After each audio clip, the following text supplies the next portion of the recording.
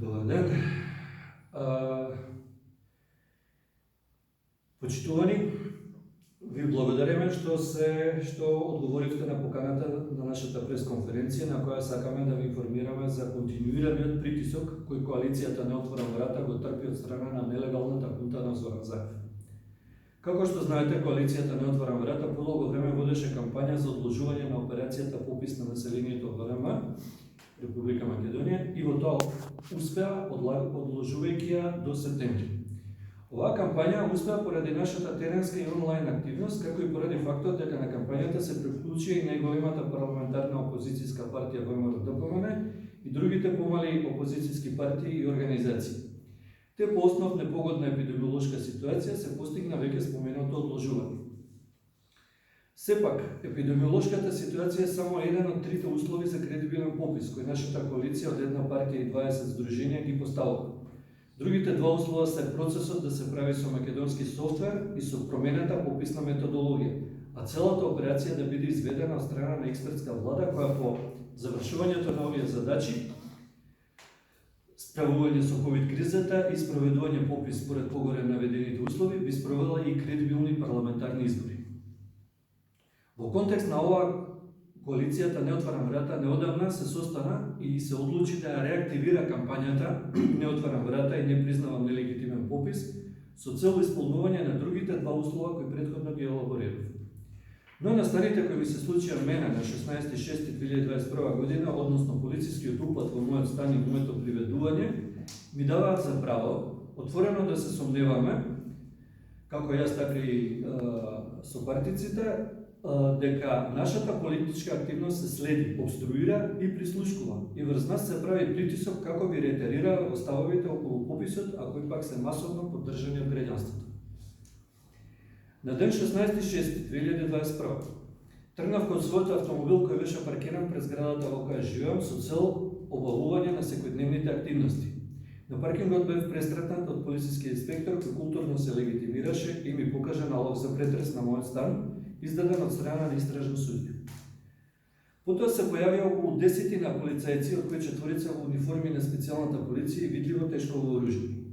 Морам да признавам дека се однесуваа пристојно и дека целиот процес помина без инциденти и немаше никакви провокации ниту од нивна, ниту од моја страна, освен што се шегувавме за необично големиот број вооружени полицајци за преведување на уметник и политички активисти. Посебно се изнасмеавме на мојата приметба дека тој кој испратил толкава вооружена сила по мене, очигледно ме поистовитил од мене, Маријан Камиловски, академски сликар и цртач на стрипови, и моето Facebook алтер его, Логан, односно суперхеројот Волверин. Но законските членови по кои е наложен претресот не се најави. Напротив, само покажуваат како хунтата ги первертира законите и ги користи за политичка супресија и репресија. Од многуто членови наведени во налогот, запамтив само два – велепредавство и организиран криминал.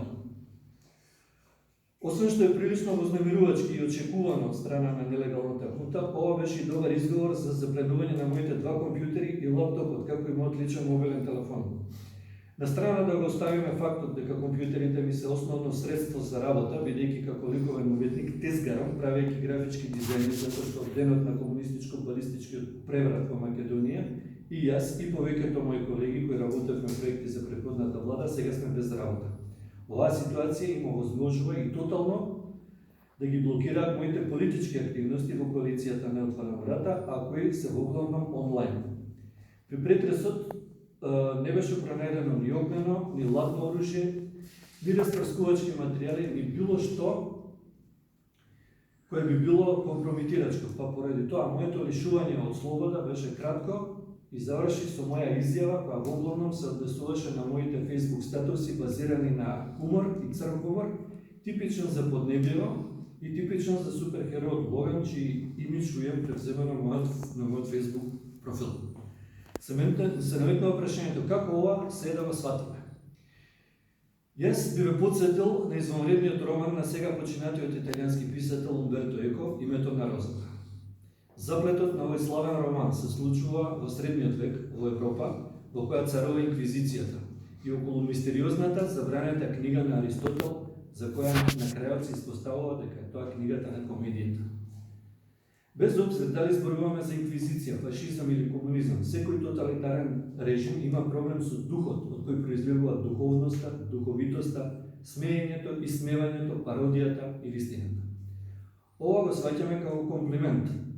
Хунтата на Зоран Заев ни дава комплимент како на политички противници кои му задаваат сериозни удари, како што се успешната кампања за бойкот на референдумот и одложување на пописот. Ова го сваќаме и како покана за дуел. Нормално мислиме на ТВ дуел помеѓу мене и водачот на хунтата Зоран Заев. Би било убаво да објасниме на јавноста што е тоа велепредавство и организиран криминал. Според законот, под велепредавство член 305 се подразбира следно: тој кој употребува сила или сериозна закана ќе ќе се обиде да го урне уставниот поредок на Република Македонија или да ги собори легалните државни органи и така натаму, е опис во кој треба да видиме кој е тој што се вклопува. Кој е тој што дојде на власт со насилство, лаги, со шаране во револуција, со кршење устав, со пеење албански химна, со тиранска платформа, со палење на председателска канцеларија. Дали ова опис на мојот Facebook профил или Зоран Заев на твоето реално квази политичко делување? Дали е сериозна закана мојот Facebook статус или палење на председателската канцеларија или тепањето и фарбањето полицајци?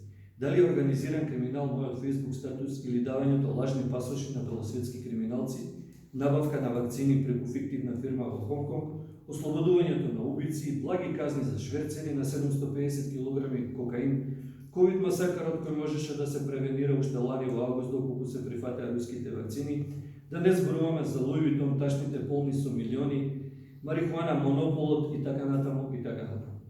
Би било убаво ова јас и ти да го изанализираме на телевизија. Те уверувам дека сум обичен човек и немам канџи од адамантиум, како и тоа дека Логан е фиктивен карактер од стриповите и филмовите за суперхероите.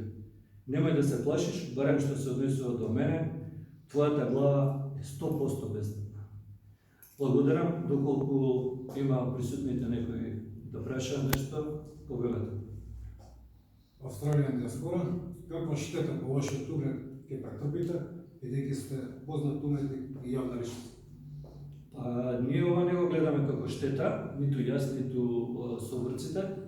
Го гледаме како бесплатна реклама и бесплатен маркетинг, политички, во наша корист, затоа што со вакви постапки хунтата само покажува и пред светот и пред нас дека се работи за хунта, дека нема демократија, дека тоа почистичка влада, и се надевам дека ова само ќе помогне да светската меѓународна заедница ова го прифати како факт и што поскоро да апелира за вонредни избори кои ќе бидат мониторирани и правилно спроведени, кредибилни. Друго? Дали упадот на полицијата ве уплаши и дали сте на некој начин спречени во натамошните ваши активности партиски и во борба за националните интереси на Македонија и македонскиот народ? За плашење не ме уплаши, меѓутоа технички сум спречен поради тоа што компјутерите ми се одземени и не можам моето онлайн делување е лимитирано. Меѓутоа не се плашиме, ова го сваќаме како шанса за понатамошно демаскирање на овие квази политичари и квази власт која имаме и се надевам дека ќе се средат работите, ќе го тераме ова и понатаму, ама ако треба и до Страсбург. Благодарам. Други некои прашања имате? Не, благодарам. Ви благодарам на присуството. Тоа е тоа, доколку имаме нов прес, ќе ве известиме.